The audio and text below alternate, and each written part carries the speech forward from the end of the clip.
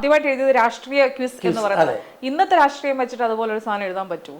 അതിനൊരു സ്കോപ്പ് ഉണ്ടോ ഇന്നത്തെ രാഷ്ട്രീയത്തിൽ? അല്ല, ഇന്നത്തെ രാഷ്ട്രീയത്തിൽ ഈ പറഞ്ഞതുപോലെ അതല്ലാതെ ട്രോളുകളൊക്കെ ഇങ്ങനെ വന്നുകൊണ്ടിരിക്കുകയാണ്. നമ്മൾ അല്ല, അന്നത്തെ രാഷ്ട്രീയം ഇന്നത്തെ രാഷ്ട്രീയം എങ്ങനെ നോക്കിക്കാണുന്നു ഒരു എഴുത്തുകാരനും ഒരു വായനക്കാരനും എന്നുള്ള രീതിയിൽ?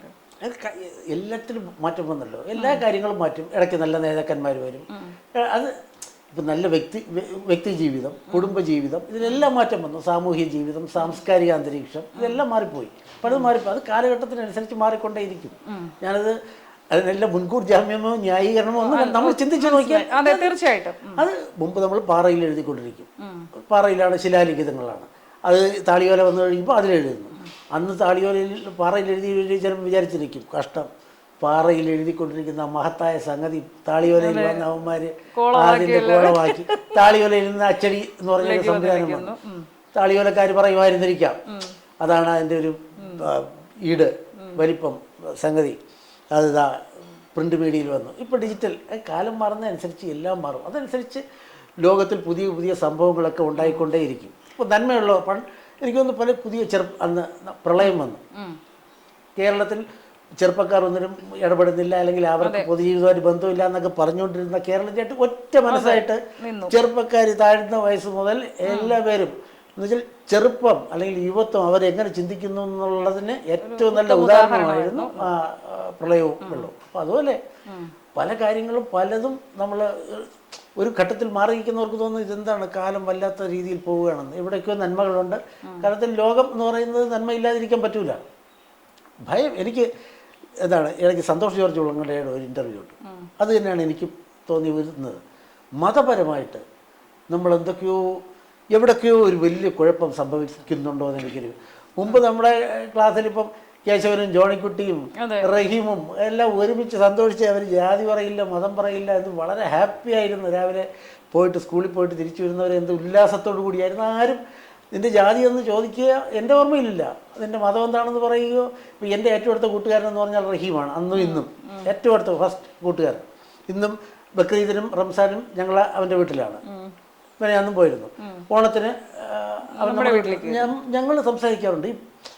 ഇത് എന്തൊക്കെയോ അങ്ങനെ അതിന് നിരാശാജനകമായിട്ട് കാണുന്നതല്ല, എന്നാലും എവിടൊക്കെയോ എന്തൊക്കെയോ ഒരു സംഭവങ്ങൾ, സ്പെല്ലിംഗ് മിസ്റ്റേക്കുകൾ വരുന്നുണ്ടോ എന്ന് തോന്നുന്നു. എനിക്ക് തോന്നുന്നു നമ്മൾ ഏറ്റവും വലിയ ഭയാശങ്കയോടുകൂടി കാണേണ്ട ഒന്ന്, അത് എഴുത്തുകാരായാലും ശരി, സാംസ്കാരിക രാഷ്ട്രീയ പ്രവർത്തകരായാലും ശരി, വളരെ ആഹ്ലാദം കേരളത്തിൻ്റെ ഒരു എന്നുവെച്ചാൽ എന്ത് സന്തോഷകരമായിട്ടുള്ള ആൾക്കാരുടെ മനസ്സിൽ അത് വന്നു തുടങ്ങിയോ. അത് ഇന്ന മതക്കാരനാണ്, മറ്റേ മതക്കാരനാണ്, മതചിഹ്നങ്ങൾ കാണിക്കാനുള്ള ഒരു അന്നൊന്നും ആരും ആ മതചിഹ്നങ്ങൾ അങ്ങോട്ട് ഒരു മതക്കാരും അങ്ങനെ പ്രകടമായിട്ടൊന്നും ഇല്ലായിരുന്നു. എൻ്റെ ചെറുപ്പത്തിൽ ഞങ്ങൾ സ്കൂളിലൊക്കെ പഠിക്കുമ്പോൾ നമ്മളെല്ലാവരും വളരെ ഹാപ്പിയാണ്. മതം കാണും, ചിലപ്പോൾ അത് വീട്ടിൽ ആയിരിക്കും, വീട്ടിൽ പ്രാർത്ഥിക്കുമ്പോഴായിരിക്കും. അത് ഏത് മതക്കാരനായാലും കൂടുതലും. ബാക്കി വരുമ്പോൾ എല്ലാവരും ഒറ്റക്കെട്ടാണ്.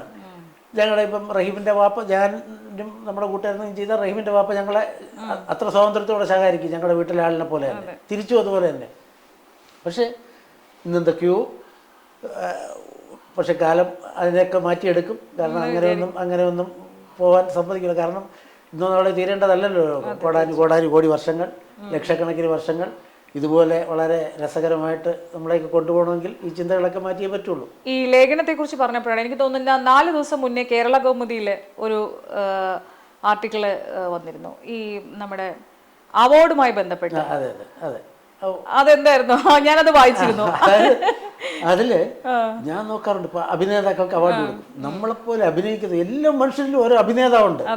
അല്ല, അതിനകത്ത് ഓരോന്നിങ്ങനെ തിരിച്ചെഴുതിയിട്ടുണ്ട്. ക്യാമറ എഡിറ്റിംഗ് എല്ലാം പറഞ്ഞിട്ടുണ്ട്. ക്യാമറയ്ക്കും നമുക്ക് തന്നെയാണ്, എല്ലാവരെയും സമാധാനപ്പെടുത്താൻ വേണ്ടിയിട്ടാണ്. സംവിധാനവും നമ്മൾ തന്നെയാണ്, അഭിനേതാവും നമ്മളെ അഭിനയിക്കുമ്പോൾ ഒരു മമ്മൂട്ടിക്കോ മോഹൻലാലിനോ പറ്റില്ല. കാരണം ഇപ്പോൾ ഒരു മരണ വീട്ടിൽ ചെന്നാൽ അവിടുത്തെ കാര്യം ദുഃഖിക്കുന്നതിന് അപ്പുറമായിട്ട് നമ്മൾ ദുഃഖിച്ച് അവരെ നമ്മളെ ആശ്വസിപ്പിക്കേണ്ടി വരും. പോട്ട് കുഴപ്പമില്ല, മറ്റേ അപ്പുറത്തെ ആളിനൊരു നേട്ടം വന്നു.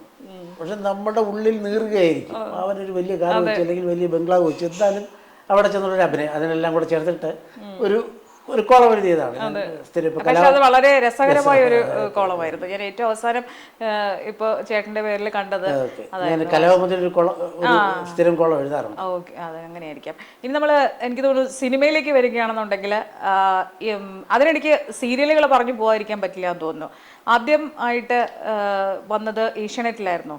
ഏഷ്യാനെറ്റിലാണ് ആദ്യം ഒരു മെഗാ പരമ്പര എന്ന് പറഞ്ഞ് വന്നത്. അതിനു മുമ്പ് സൂര്യ ടി വിയിൽ ഒരു പരമ്പര ചെയ്തിരുന്നു, നുറുങ്ങുകൾ എന്ന് പറഞ്ഞു.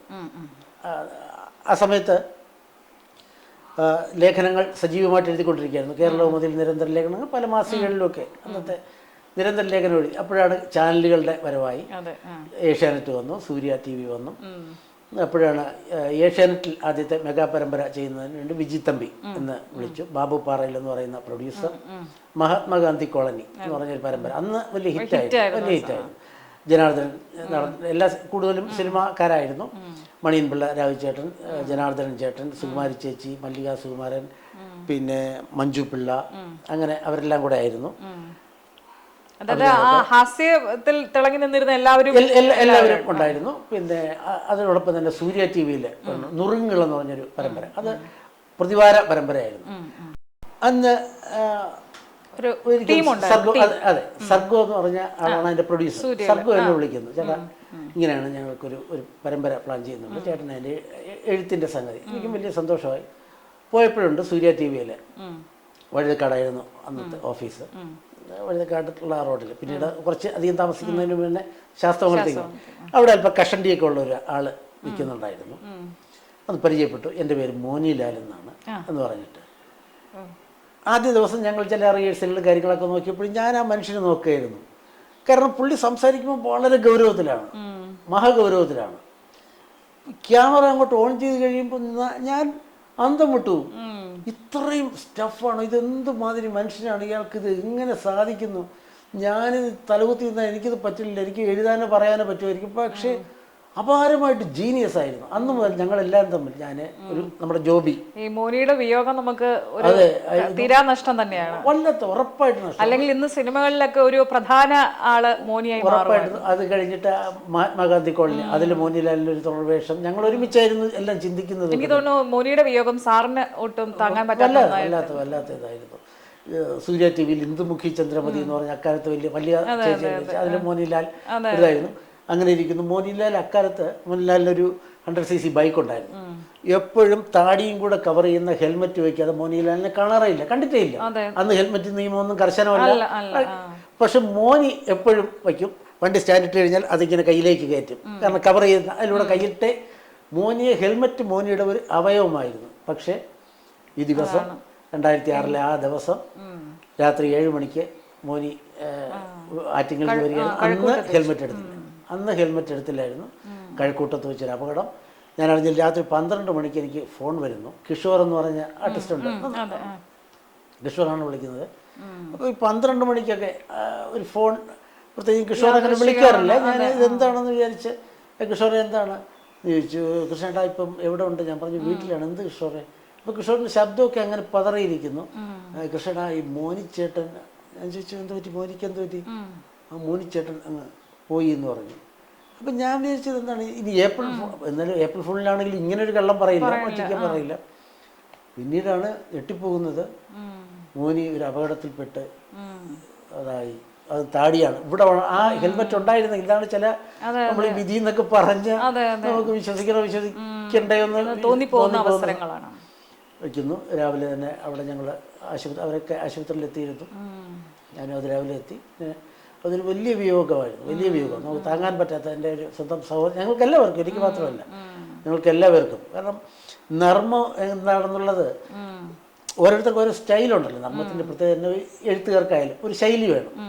മോനിക്ക് മോനിയുടേതായിട്ടുള്ളൊരു ശൈലി. ഞാനിപ്പോഴും പഴയ ചില മോനിയുടെ വിഷ്വൽസും യൂട്യൂബിലെ ചില വീഡിയോസും ഒക്കെ എടുത്തിരുന്ന് കാണും. നമുക്ക് അത്ഭുതപ്പെട്ടു മോനിയുടെ ആ നർമ്മം പ്രസൻറ്റ് ചെയ്യുന്നതിൻ്റെ ആ മിടുക്ക്.